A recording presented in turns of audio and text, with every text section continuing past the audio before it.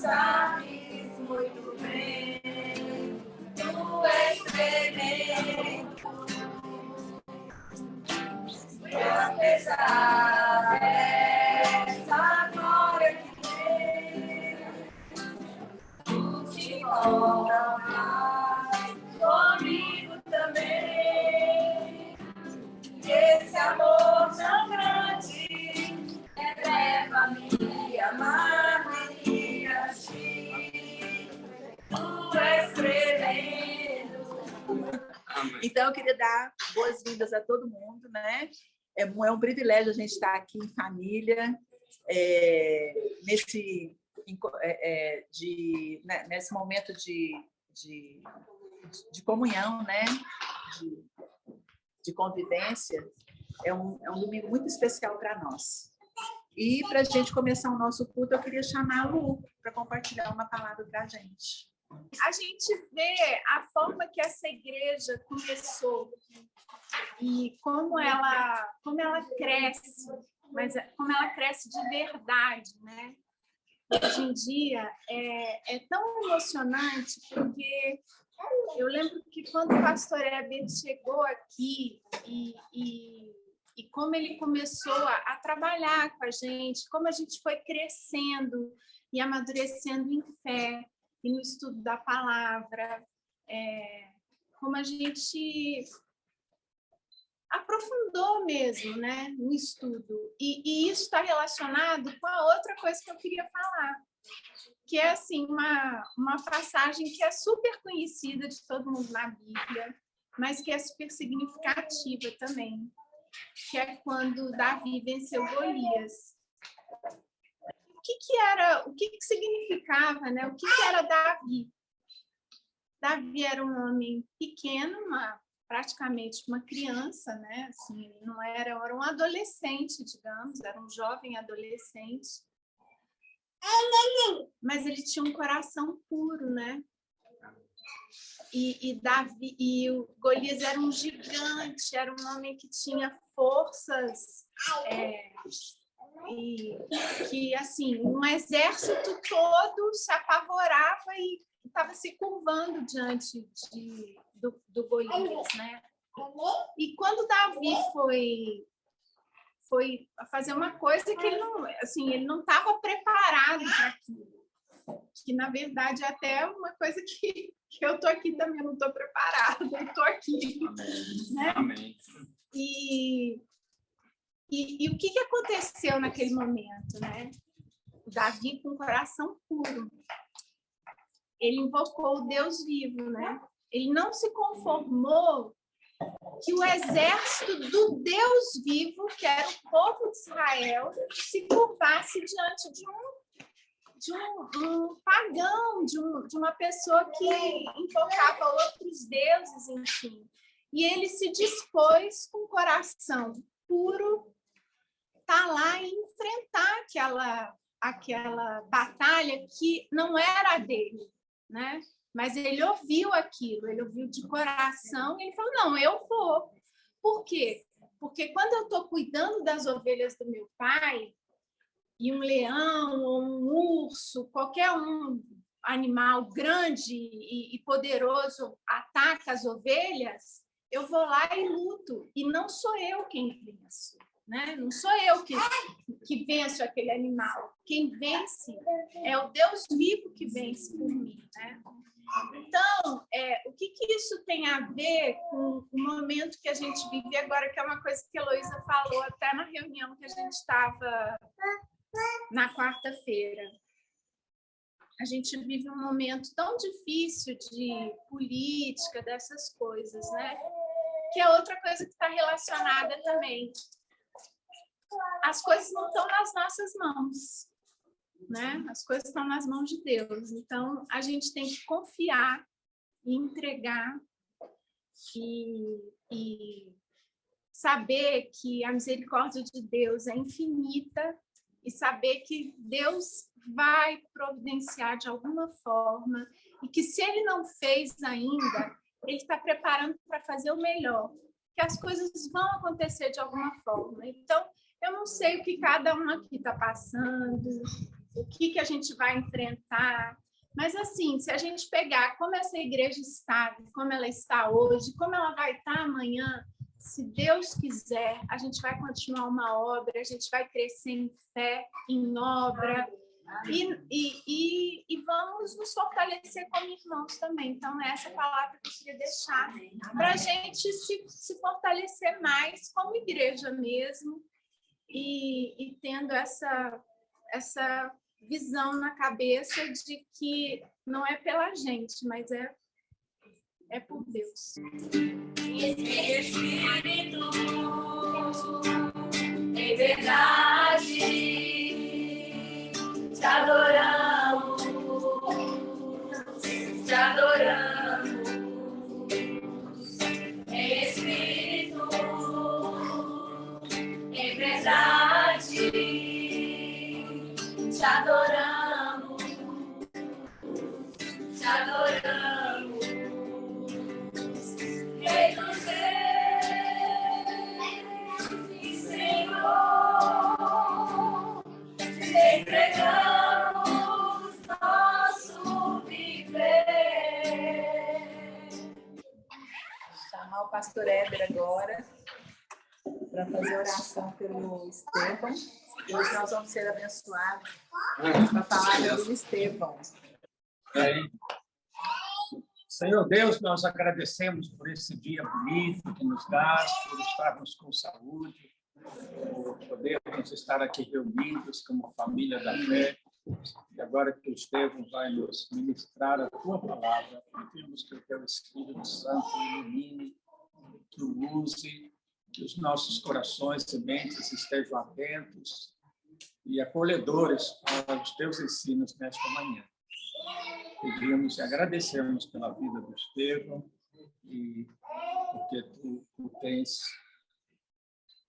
alimentado espiritualmente, preparado para ministrar também a tua palavra, que tu enriqueças a tua vida mais e mais com a tua bênção. Em nome de Jesus nós oramos. Amém. Amém. Deus te abençoe. Amém. Amém, amados. Glória a Deus. Bom dia a todo mundo. É um prazer estar aqui com vocês. Hoje eu vou compartilhar algo que eu venho meditando ao longo desses últimos 2 meses. E essa palavra está em 1 Coríntios, que é uma carta de Paulo à igreja de Coríntio. Coríntio era uma cidade de passagem. Então, qualquer mercadoria que sairia do Oriente teria que passar necessariamente por Coríntios para chegar em Roma. Então, é uma cidade de passagem, uma cidade que tinha muitas pessoas de várias nacionalidades, cosmopolita. Era uma cidade que as pessoas costumavam beber muito, se embriagar muito, se prostituir muito. Então, e foi lá que Deus mandou Paulo. Paulo ficou por um tempo lá em Coríntios, plantou a igreja de Coríntios, e depois de um tempo ele recebeu um relatório da pessoa, uma carta com algumas... Ele estava passando por algumas dificuldades, e Paulo respondeu essa carta, que é a carta de 1 Coríntios. E essa igreja, ela começou bem, tinha uma saúde muito boa, as pessoas tinham crido em Cristo Jesus, tanto é que Paulo começa a carta dele, dando graças a Deus por aquelas pessoas terem conhecido a graça de Deus realmente, a cruz de Cristo, mas elas estavam passando dificuldades com coisas que elas costumavam viver, que eles trouxeram para dentro da igreja. Eram pessoas que ele vivia numa situação muito difícil ali, vivia no pecado, literalmente, e depois elas foram para a igreja e ficaram algumas coisas desse pecado, uns resquícios do pecado. E isso aplica na nossa vida também, amados. Então, a aplicação dessa palavra, a gente vê aí essa carta de Paulo à igreja de Coríntios, mas a gente pode interpretar como se fosse a carta à nossa igreja, e podemos interpretar como se fosse, como a igreja é uma família, uma carta para a nossa família, até a certo ponto, até para a nossa família a gente pode interpretar dessa forma. Mas o contexto mesmo era os coríntios, o que eles estavam vivendo ali. E um primeiro ponto, o primeiro ponto é que Paulo ele deixa bem claro que ele não queria mostrar a capacidade de oratória que ele tinha, a facilidade de falar, porque Paulo foi criado num lugar que ele cresceu num ambiente de estudo. Então, Paulo era uma pessoa que tinha muito conhecimento da palavra de Deus, ali do Antigo Testamento, ele era um judeu. Então, isso ajudou muito Paulo. Mas ele queria falar de uma forma mais simples, para mostrar que não era ele, que era o poder de Deus. Às vezes a gente tenta atrapalhar muitas coisas em nossas vidas, a gente sofistica demais as coisas na nossa vida, sendo que o nosso Senhor quer algo mais simples no nosso coração, que é o nosso coração puro. E como a Lu acabou de falar, é isso a nossa igreja, a gente tem que ser puro, a gente tem que ser simples, a gente tem que voltar àquela igreja primitiva, àquela igreja simples, pura. E é isso que Paulo queria mostrar, nada de sofisticado, porque naquela cidade existiam vários filósofos, né? Tinham gregos ali, então, assim, eles tinham muita vaidade com a sabedoria, muita vaidade com a sabedoria. E a gente vê, né, às vezes a gente olha as pessoas, julga as pessoas, fala, nossa, a pessoa é vaidosa, achando que, porque ela fica, às vezes, gastando muito dinheiro, viajando, tentando se aparecer, mas a sabedoria, o conteúdo, a informação, não sabedoria de Deus, mas a informação, a inteligência, às vezes um dom que a pessoa recebeu, às vezes a pessoa deixa isso passar além e vira vaidade. Então, a vaidade do conhecimento é muito complicado. E Paulo queria mostrar isso. Paulo queria se despir disso. E o segundo ponto, Paulo começa a carta de Coríntios. E estava acontecendo uma coisa muito interessante nessa igreja de Coríntios. Porque tinha Paulo e também tinha Apolo. Os dois ministravam, os dois estavam juntos. Os dois foram usados para plantar aquela igreja. Só que a igreja ela se dividiu em facções. Algumas pessoas gostavam de Paulo, algumas pessoas gostavam de Apolo. E hoje em dia é assim, amados. Sem a gente perceber, em qualquer ambiente que a gente vai, a gente já começa a gente acha que a gente sabe de tudo, que a gente tem aquela expectativa, a gente acha que sabe de tudo que está por trás. Às vezes a gente está em algum lugar, chega uma pessoa, a gente já faz um check-up daquela pessoa na nossa mente, sem perceber. Não estou falando que é por maldade, mas geralmente a gente faz isso. Não faz, amados? Então, assim, e a gente fica dividindo as coisas, inclusive dentro da igreja, inclusive dentro da nossa família. A gente, um toma um ponto de um lado, outro toma um ponto de outro. Não, eu concordo com aquela pessoa, vou seguir aquela pessoa. Eu concordo com essa pessoa, vou seguir essa pessoa. A gente está vendo isso muito na política, nas discussões dentro da igreja até, discussões doutrinárias dentro da igreja evangélica, inclusive. Algo que deveria ser central, deveria ser comum para todo mundo. Aí umas pessoas pegam umas besteiras, coisas bobas, que eu acho que o Senhor não queria que a gente fizesse isso, umas divergências, e fica dividindo, divide família, divide igreja, e nesse ponto aqui na igreja de Coríntios, estava dividindo eles, porque uns concordavam com o Apolo falava, gostavam do jeito de Apolo, outros gostavam do jeito de Paulo, e eles dividiram em facções ali, praticamente. Mas não é isso que o Senhor quer. Não é isso que Deus quer. Paulo deixou muito claro para eles que o foco em comum deles, que eles tinham que focar, era em Jesus. Isso serve também para os nossos relacionamentos, para o nosso casamento. Não sou eu, não é minha esposa, é Jesus no centro. Eu até já compartilhei um encontro numa conferência de igreja para jovens casais. E, na época, eu fiz até uma analogia de como é um casamento de jovens casais, que é como se os dois jovens estivessem numa charrete e Deus conduzisse aquela charrete. Às vezes, a gente tem que acompanhar Deus ali, porque quando a charrete vai muito rápido, a carroça vai muito rápido, alguém já foi para a roça e viu como que é? A carroça com cavalo. Então, um casamento, uma família ali, é todo mundo ali em cima, uma igreja, é todo mundo ali em cima da charrete, o Senhor conduzindo e a gente acompanhando. Mas é o Senhor que conduz as nossas vidas. Então, a gente perde muito tempo em nossas vidas, às vezes, para defender um ponto de vista nosso. E isso está dividindo as pessoas. E nesse ponto aqui, estava dividindo as pessoas também. E Paulo continua a carta de Coríntios, amados. Eu estou fazendo um panorama geral da carta de Coríntios, e foi isso que eu li ao longo desse tempo, e eu senti no coração de compartilhar, porque eu acho que se aplica muito aqui à nossa igreja. E depois Paulo continua a carta de Coríntios corrigindo o comportamento, para a gente não ser negligente com os pecados dos irmãos. Como hoje em dia a gente é negligente, na verdade a gente fica com medo, às vezes, de intrometer.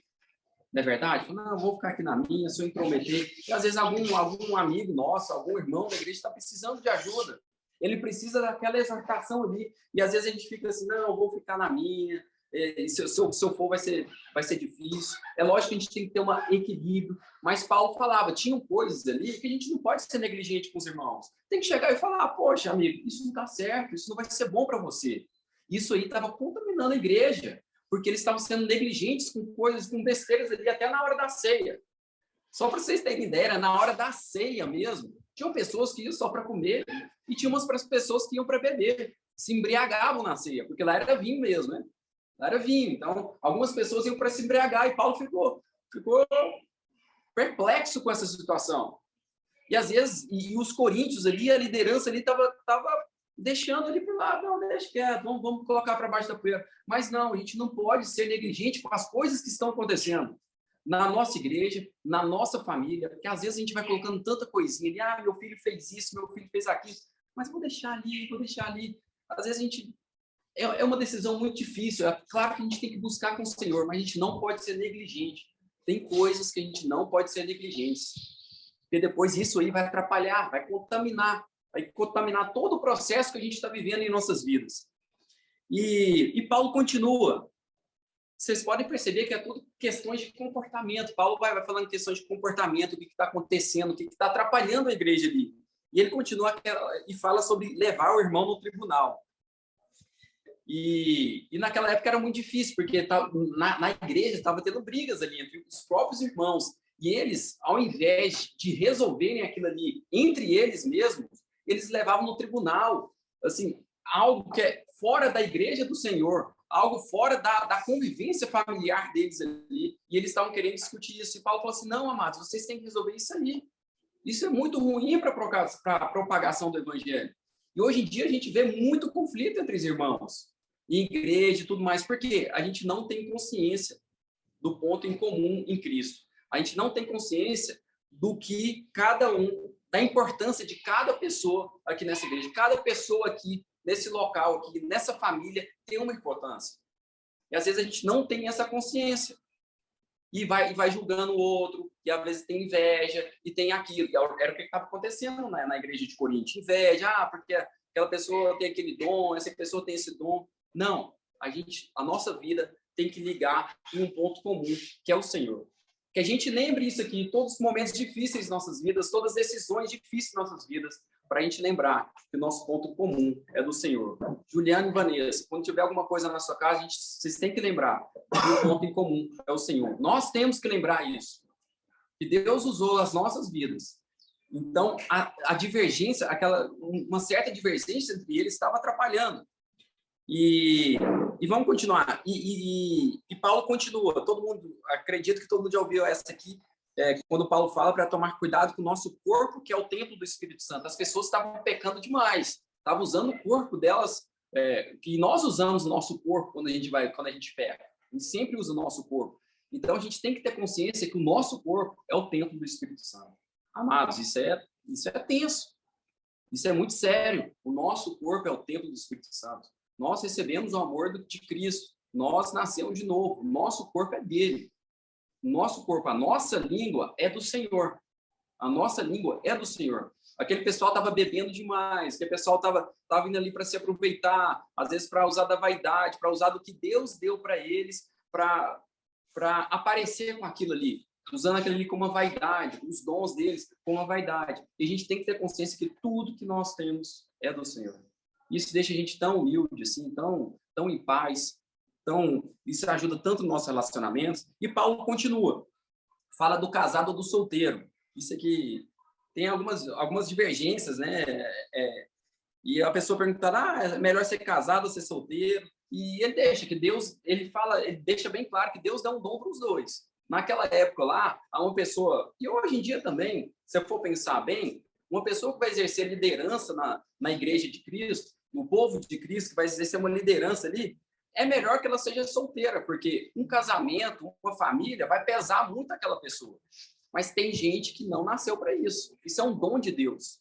É muito difícil. É muito difícil. Mas às vezes a gente fica pensando, né? Tem muitas pessoas, nossa, eu tô solteiro. Fica a sociedade, ela impõe muito essa questão. Às vezes a mulher tá ali, tá envelhecendo. eu preciso casar, mas não é isso. O que o Senhor quer para as nossas vidas? Nesse contexto aqui, ele fala que as pessoas estão preocupadas. É melhor ser casado, é melhor ser solteiro. Ele falou, não, Deus deu um dom para cada um. Paulo não casou. Mas isso ajudou ele, de certa forma, a pregar o evangelho. Porque a gente tem que cuidar da nossa família também. Os casados têm que cuidar da família. Isso atrapalha em certo ponto. Imagina naquela época, né? Imagina naquela época. Então, e Paulo continua. Ele continua a falar, ele fala que da carne aos ídolos, pessoas fracas na fé. O que aconteceu naquela época? Tinham muitas pessoas que vinham com resquícios das religiões passadas dentro do coração. Elas conheciam o amor de Deus, conheceram Cristo, mas vinham com alguns resquícios das religiões passadas no coração. E tinham outras pessoas que eram mais maduras na fé. Então, naquela época, onde você ia, os historiadores falam que naquela época tinha tipo um açougue. Estou só contextualizando o que era. Tinha tipo um açougue. Então, no açougue eram vendidas as carnes que eram oferecidas a ídolos. Então, as pessoas iam lá, oferecia aquela carne a ídolos, lá, aquele alimento, ele queimava aquele cordeiro, alguma coisa, e vendia no açougue. Essa carne era mais barata. Ela era mais barata, essa carne, porque não eram todas as pessoas que comiam uma carne oferecida a ídolo. E Paulo falou assim, por mim isso não importa, o Deus nosso é o Senhor Jesus. Paulo não era religioso. Engraçado, né, amados? Como a gente vai tendo tanta religiosidade em nossa vida. Paulo, ele não se importava se a pessoa estava comendo a carne que era oferecida a ídolos. Ele não se importava que ele estava comendo aquela carne. Quando a pessoa tem consciência quem que é o Deus dela, o que isso vai fazer diferença para mim? O que isso vai fazer diferença para mim? Deus é o meu Senhor. Nada vai tirar isso do meu coração. Mas Paulo chamou a atenção deles por um fato. Falou assim, olha, vocês que são mais maduros na fé, eu sei que não tem nada a ver esse negócio de comer carne oferecida a ídolo. Mas se tiver um cristão que é mais fraco na fé, que está começando, não faz isso na frente dele, não. Paulo deixou isso bem claro. Não faça essas coisas na frente dele, não, porque isso vai atrapalhar o crescimento dele no evangelho. Deixa ele amadurecer primeiro. O que é isso que está acontecendo? Às vezes a gente vive numa situação aqui, nós aqui da igreja, nós todos aqui, a gente vai sair para algum lugar e às vezes a gente, vamos supor que vai tomar uma bebida alcoólica, alguma coisa assim. A palavra de Deus não fala nada a respeito, fala que a gente sempre tem que ser sóbrio, fala muito da sobriedade. Mas a gente não pode tomar uma bebida alcoólica socialmente perto de uma pessoa que sofre com alcoolismo. É isso que o Paulo estava falando. Então, a gente tem que tomar cuidado com isso. Mas a gente não pode ficar religioso. Eu não vou frequentar aquele tal lugar, porque aquele tal lugar, aquele povo está lá. Não é isso. E Paulo fala totalmente ao contrário. Por isso que a gente tem que nos despir de toda religiosidade. Mas, se tiver casos, a gente tem que abrir mão de fazer certas coisas com certos irmãos que estão crescendo na fé. Era isso que Paulo estava falando. Isso aplica em toda a nossa vida. Com pai e filho também. Se a gente vê que o nosso filho tem um problema com alguma coisa, e a gente não vai ficar fazendo aquilo na frente dele, por mais que não seja pecado ou não, a gente tem certas coisas que a gente não vai fazer na frente dele, porque ele não é maduro o suficiente para isso. Então, era justamente isso que Paulo estava falando. Mas a gente tem que despir de toda religiosidade. A igreja vai crescer quando ela não tem religiosidade. Poxa, se a carne for oferecida para ele, não importa, gente. Eu tenho o Senhor no meu coração. Se aquela pessoa adora o Senhor, não quer dizer que eu não vou chegar perto daquela pessoa. Se aquela pessoa adora Mamon, se aquela pessoa tem outra religião, não quer dizer que eu não vou chegar perto daquela pessoa. Eu vou amar aquela pessoa da mesma forma. Mas às vezes eu não vou abrir mão dos meus princípios. Mas a gente não pode ser esse tipo de cristão. É isso que Paulo estava chamando a atenção para eles. E é muito mais fácil, amado, a gente ser religioso. É muito mais fácil a gente agir de acordo com a lei. Que a gente vai ficar lá olhando a lei, pode fazer isso, pode fazer aquilo, pode fazer. É mais fácil do que amar. Porque Jesus veio e quebrou isso. Ele rasgou o véu disso tudo em nossas vidas. E Paulo continua. Fala sobre a responsabilidade financeira que a gente tem que ter com a igreja. Ele começa a falar a responsabilidade financeira que tem que ter com o pastor. Ele falou, deixou muito claro, olha, eu não dependo de vocês. E Paulo ele não dependia das pessoas mesmo, porque ele construía as tendas dele e tudo mais. Mas ele falou assim, vocês têm que ser responsáveis pela igreja. Tem um custo, tudo tem um custo. E ele falou muito sobre isso. E ele deixou claro também, ele acabou com a religiosidade, despiu de toda a religiosidade, pois ele tramitou em todos os grupos sociais mas sem adotar o estilo de vida. É aquilo que eu acabei de falar. Paulo tramitou, ele passou por vários grupos sociais, mas sem adotar o estilo de vida daquela pessoa, sem abrir mão dos princípios. Então, nós, como filhos de Deus, como pessoas que têm um propósito aqui nessa terra, a gente tem que tramitar o nosso ambiente. Se eu cresci em um ambiente, eu não posso sair desse ambiente e largar aquele povo ali. Eu tenho que ir, eu tenho que buscar a palavra de Deus, eu tenho que meditar, eu tenho que ir à igreja, eu tenho que ir ao culto para aprender e para voltar no ambiente onde eu estava. Não para adotar o estilo daquele povo, mas para pregar o evangelho ali. E muitas vezes a gente vê a igreja fazendo ao contrário. Não, você vai ficar recluso, você fica ali paradinho, você sai desse ambiente. Não, se Deus quis que a gente nascesse ali, a gente tem um propósito ali. A gente tem um propósito ali. O Felipe não vai deixar de relacionar com o pessoal do futebol dele, porque agora ele está na igreja e tudo mais. Não, ele vai lá fora, ele vai lá, vai meditar na palavra dele, vai encontrar com os irmãos. Meio de semana a gente encontra aqui com os irmãos, vamos nos preparando de palavra, vamos orar um para o outro para a gente chegar no nosso ambiente que Deus nos colocou lá para pregar o evangelho. Nosso ambiente pode ser nossa família, nossa própria família. Às vezes a minha esposa não conhece o evangelho, o marido não conhece o evangelho, às vezes os meus filhos não conhecem o evangelho, então a gente tem que se alimentar da palavra vida junto com os irmãos, em comunhão, para a gente chegar lá e pregar o evangelho.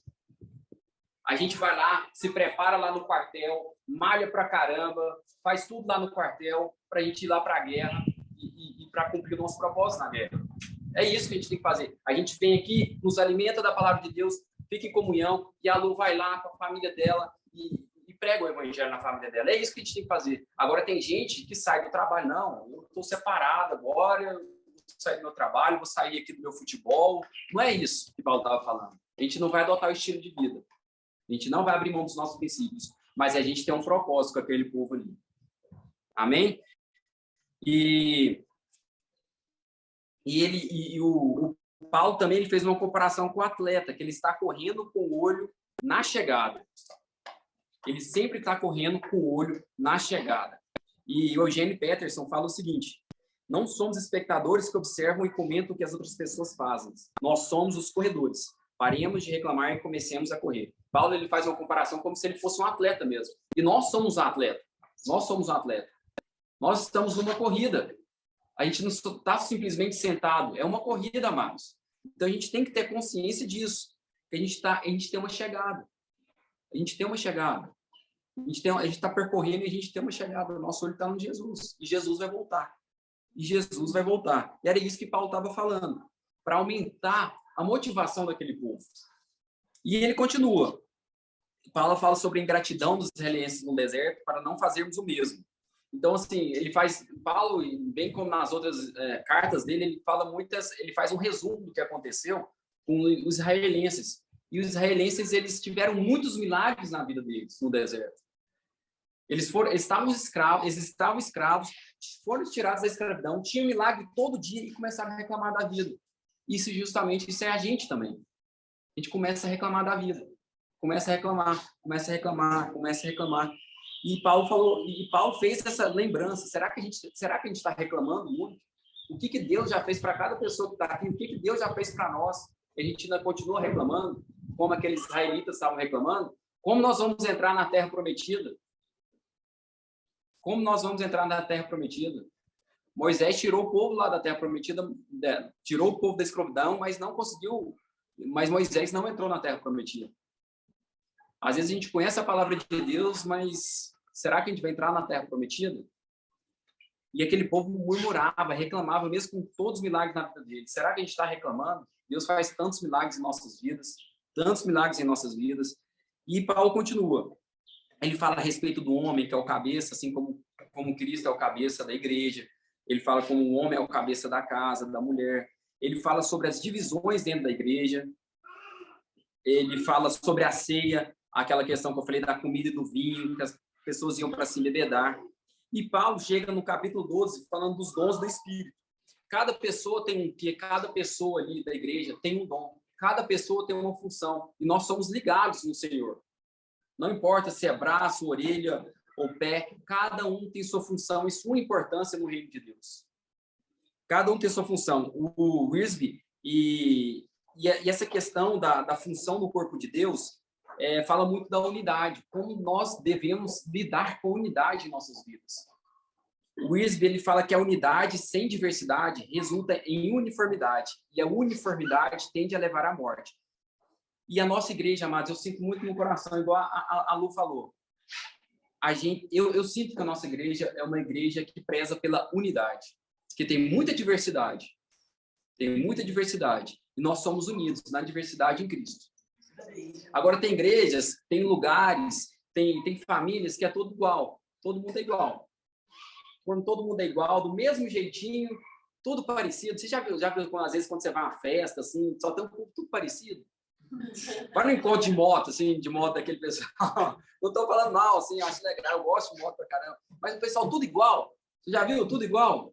Eu acho que se estourar uma bomba ali vai matar todo mundo igual, porque todo mundo do mesmo jeitinho e tudo mais. Por isso que a uniformidade, quando todo mundo é igual, quando não há diversidade, gera morte por conta disso. Quando é todo mundo igualzinho, gera morte. Porque se vier um coronavírus, todo mundo ali é igual, vai matar todo mundo. Imagine se todos nós fôssemos igual e viesse um coronavírus, todo mundo ia morrer. Deus, ele faz todo mundo diferente, inclusive nossos filhos diferentes da gente. Senão todos os nossos filhos seriam iguais. Imagina, às vezes vai passar, imagina, eu fiquei imaginando muito isso, imagina se passar uma lâmina, assim, uma lâmina no mundo inteiro, assim, 1,80 m. Se todo mundo fosse da mesma altura, ia matar todo mundo. Agora os mais baixos iam sobreviver. Porque Deus não faz todo mundo igual. E a gente tem que ter consciência disso. E Paulo estava falando isso, amados, cada um tem um dom. Cada pessoa tem um dom aqui na igreja. Às vezes tem alguns dons que as pessoas valorizam mais, mas não é isso que importa. Nós temos que ser ligados ao Senhor. Temos que ter diversidade. E nós temos aqui na nossa igreja. Pastor Heber, 83 anos, no mesmo, relacionando com a gente, eu faço encontro, eu faço... 81?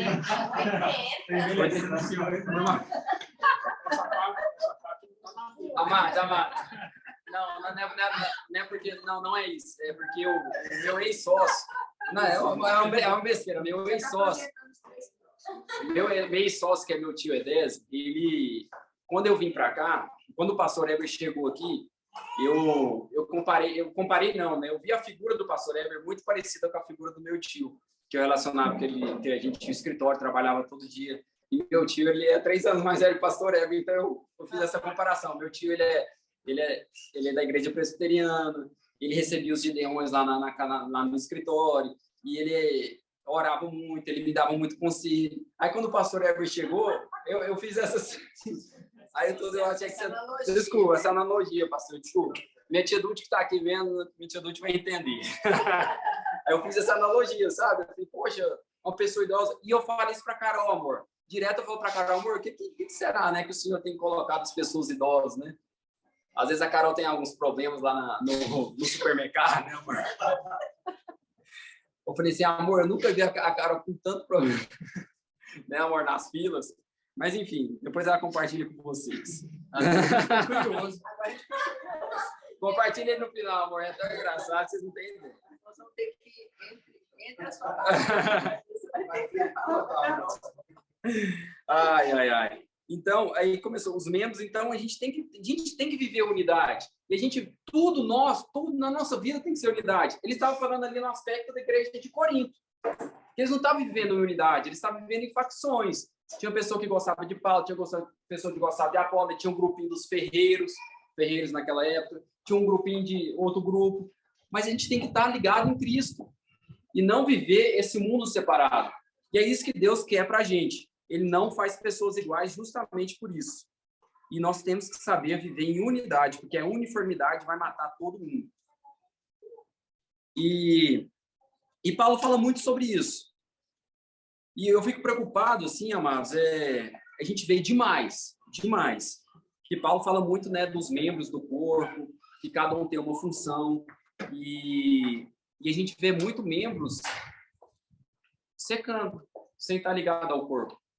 Vocês têm percebido? Muitas pessoas, amigos, que eles estão secando. Imagina um braço sem estar ligado ao corpo, ele vai secar. Então, assim, imagina igual a videira lá, né? Um ramo lá sem estar ligado ao corpo, vai secar. E a gente vê muitas pessoas sem estar ligado ao corpo.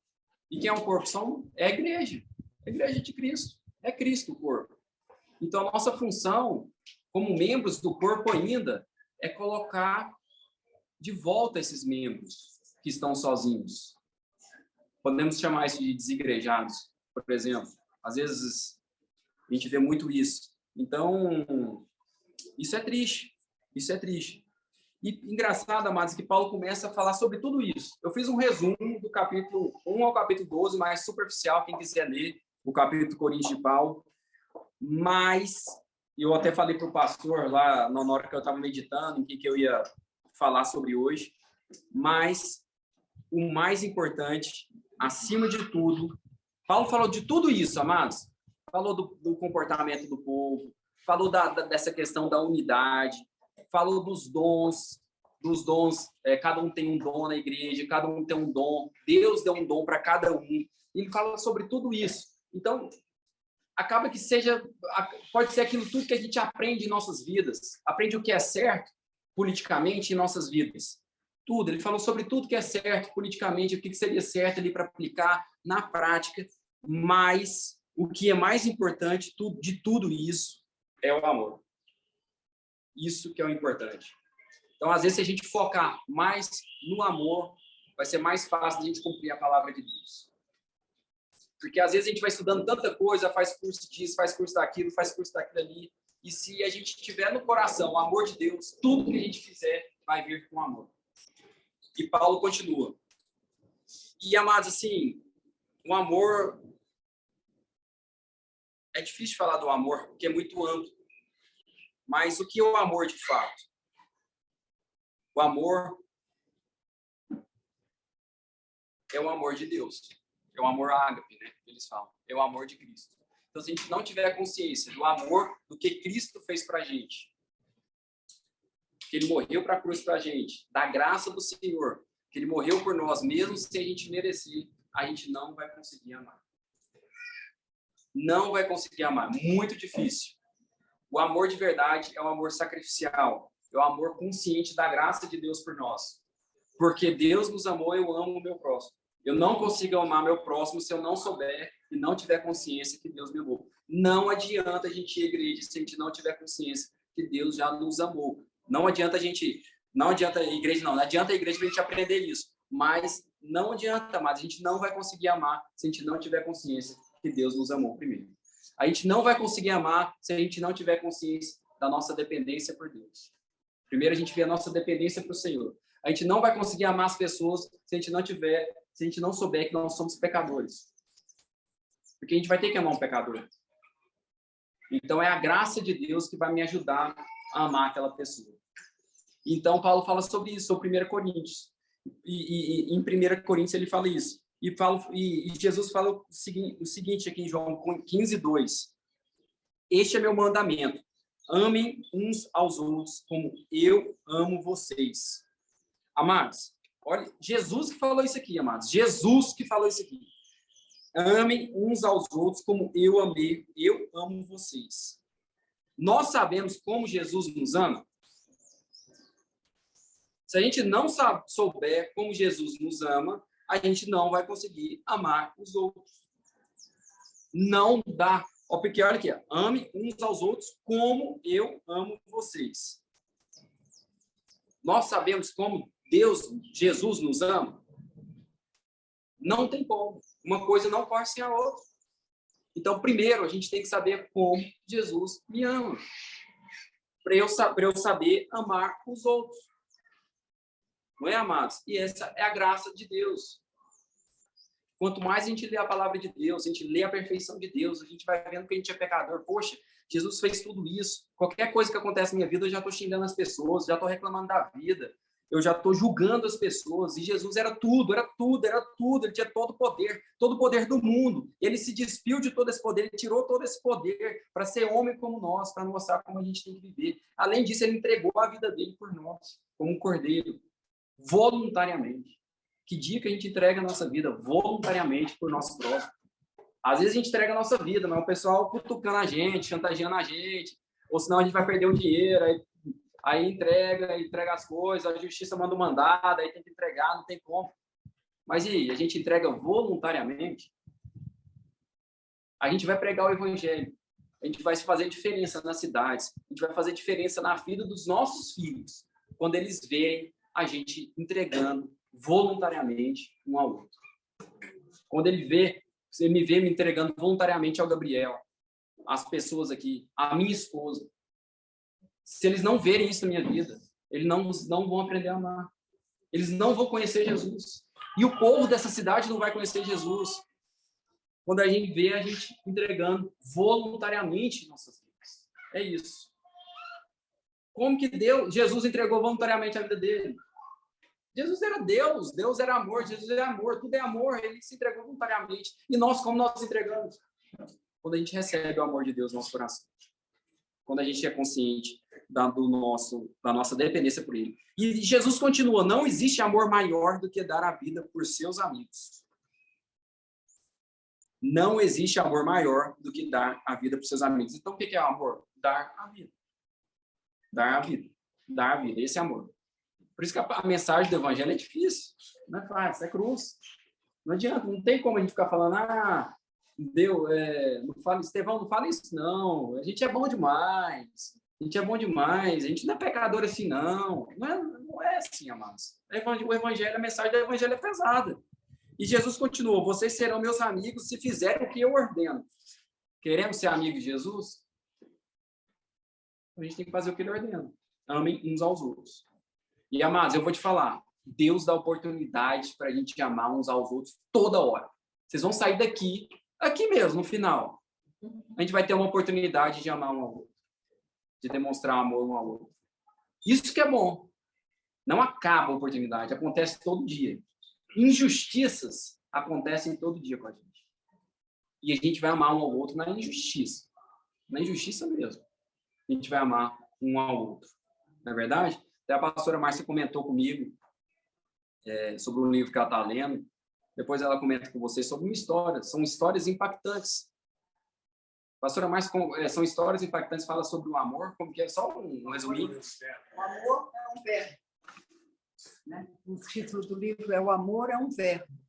Então, são histórias muito impactantes de pessoas que tiveram que exercer o amor em circunstâncias muito adversas, muito difíceis.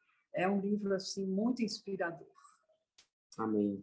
E a pastora Márcia, ela comentou por cima uma história lá, e é isso, amados.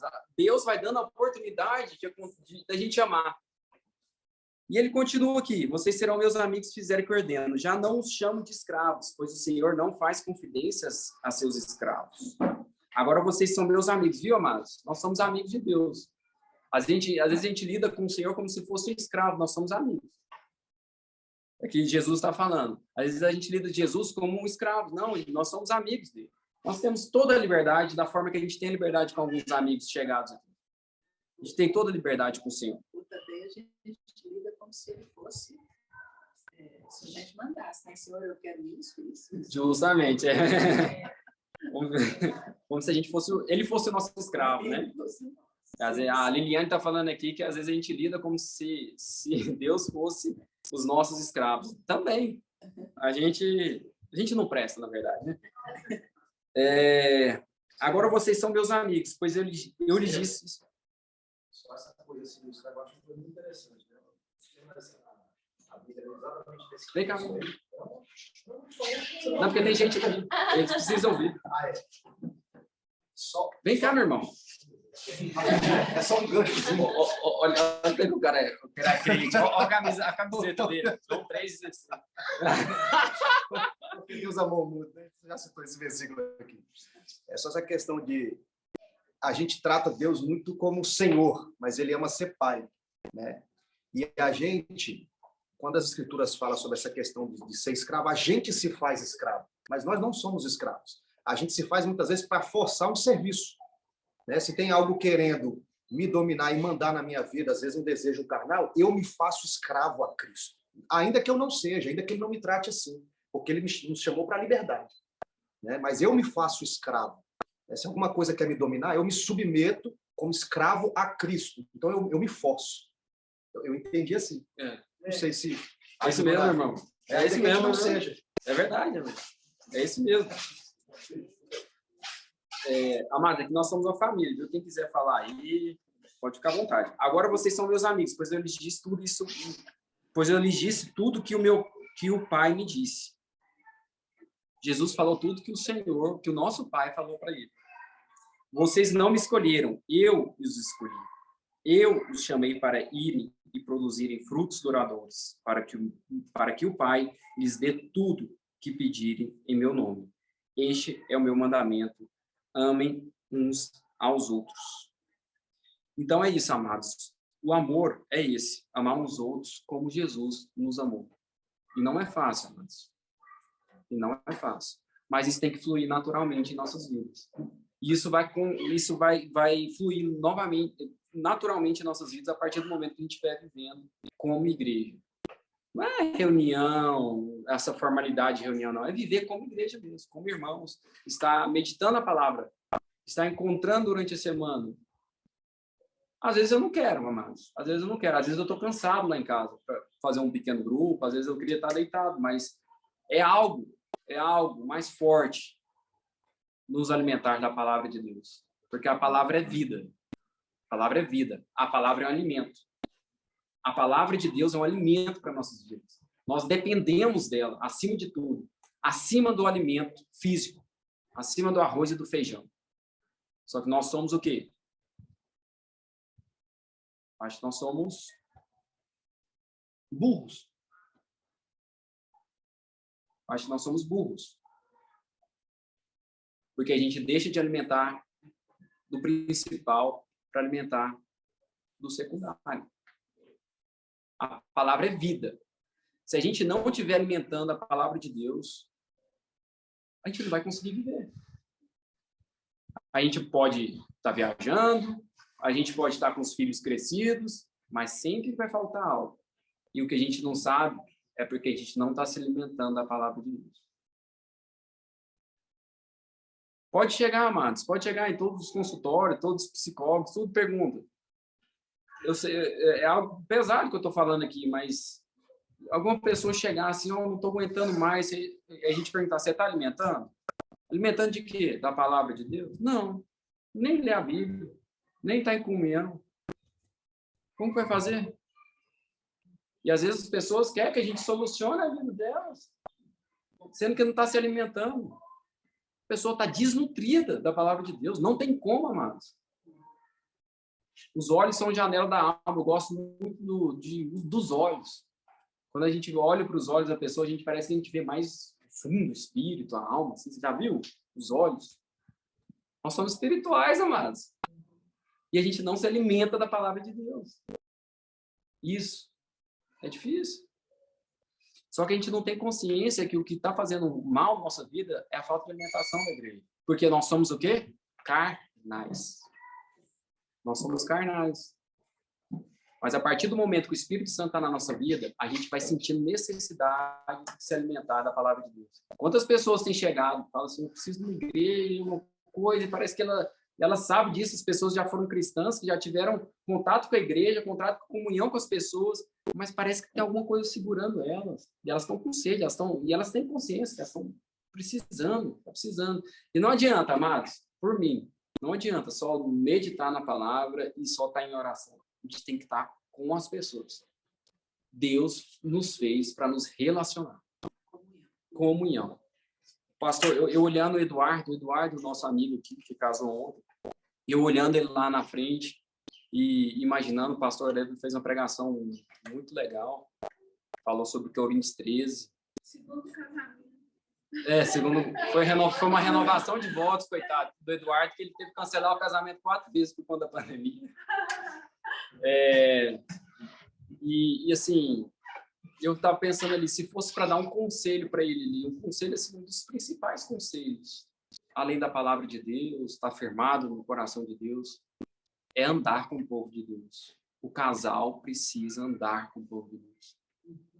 Amados, é muito difícil o mundo hoje em dia. O casamento hoje em dia é muito difícil. Não, quando a gente andando com o povo de Deus, meditando, orando, já é difícil.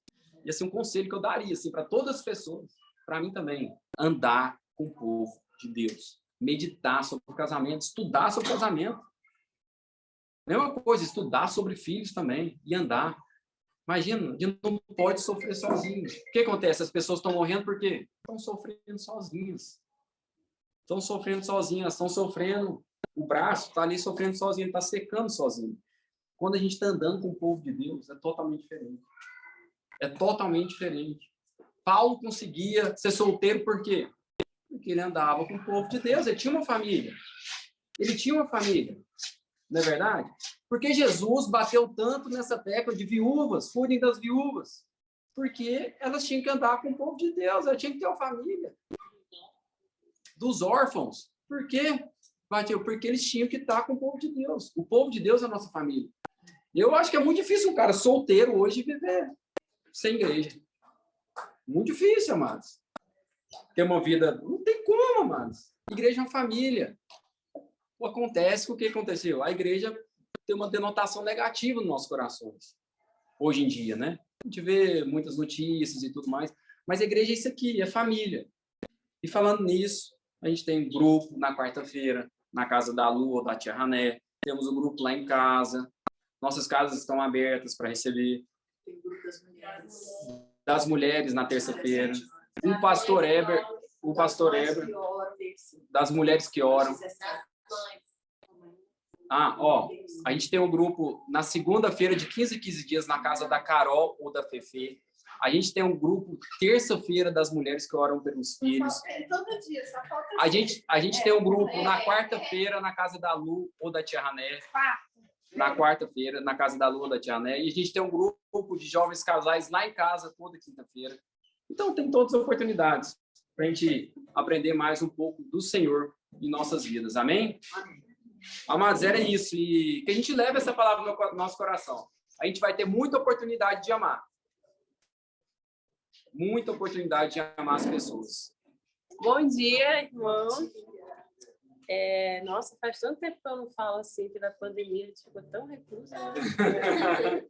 É uma alegria para mim hoje poder compartilhar com vocês algo que eu tenho pensado sobre ofertas e dízimos, né? Que o Estevão pediu para eu compartilhar alguma coisa.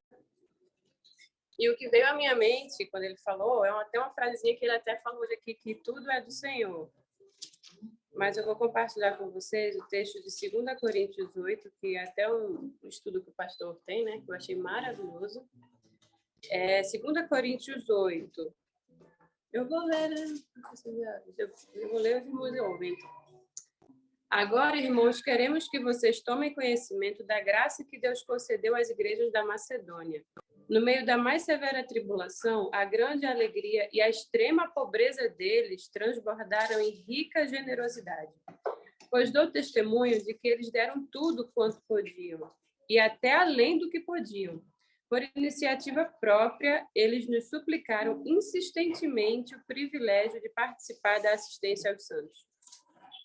E não somente fizeram o que esperávamos, mas entregaram-se primeiramente a si mesmos ao Senhor e depois a nós, pela vontade de Deus. Assim, recomendamos a Tito que, assim como ele já havia começado, também completasse esse ato de graça da parte de vocês. Todavia, assim como vocês se destacam em tudo, na fé, na palavra, no conhecimento, na dedicação completa e no amor que vocês têm por nós, destaquem-se também neste privilégio de contribuir. Não lhes estou dando uma ordem, mas quero verificar a sinceridade do amor de vocês comparando com a dedicação nas outras coisas. Pois vocês conhecem a graça de nosso Senhor Jesus Cristo, que, sendo rico, se fez pobre por amor de vocês, para que, por meio de sua pobreza, vocês se tornassem ricos. Gente, eu achei essa palavra tão maravilhosa. E o que eu penso, né, que, como o Estevão sempre fala, que nada é nosso. Aqui nesse texto ele fala que os irmãos, né, os novos na fé, eles não tinham nada, eles eram extremamente pobres e ainda tiravam de onde não tinha para dar. Isso é maravilhoso, né? E eu falo, Senhor, como é que pode? Só a gente tendo essa consciência de que nós não temos nada mesmo, nada é nosso. Eu estava ouvindo a pregação que fala assim, né? Que a gente sempre sabe que nós somos mordomos do Senhor. E o Senhor é generoso, Ele deu Jesus, né? Então, a gente tem que seguir a generosidade do Senhor. O Senhor quer que sejamos generosos, quer que a gente dê. E às vezes a gente acha que não tem, mas a gente sempre tem. Sempre. Senhor Deus, muito obrigado por esse tempo passado aqui da tua casa, neste lugar que proveste para os nossos cultos. Agradecemos porque temos consciência da tua presença conosco e em nós, através do Espírito Santo.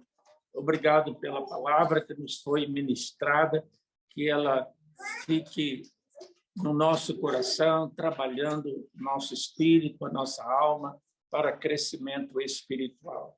E que a graça maravilhosa do Senhor Jesus, o amor infinito de Deus, o nosso Pai amoroso, a comunhão, as consolações, o poder santificador do Espírito Santo, sejam com todos nós, hoje e sempre. Amém. Amém.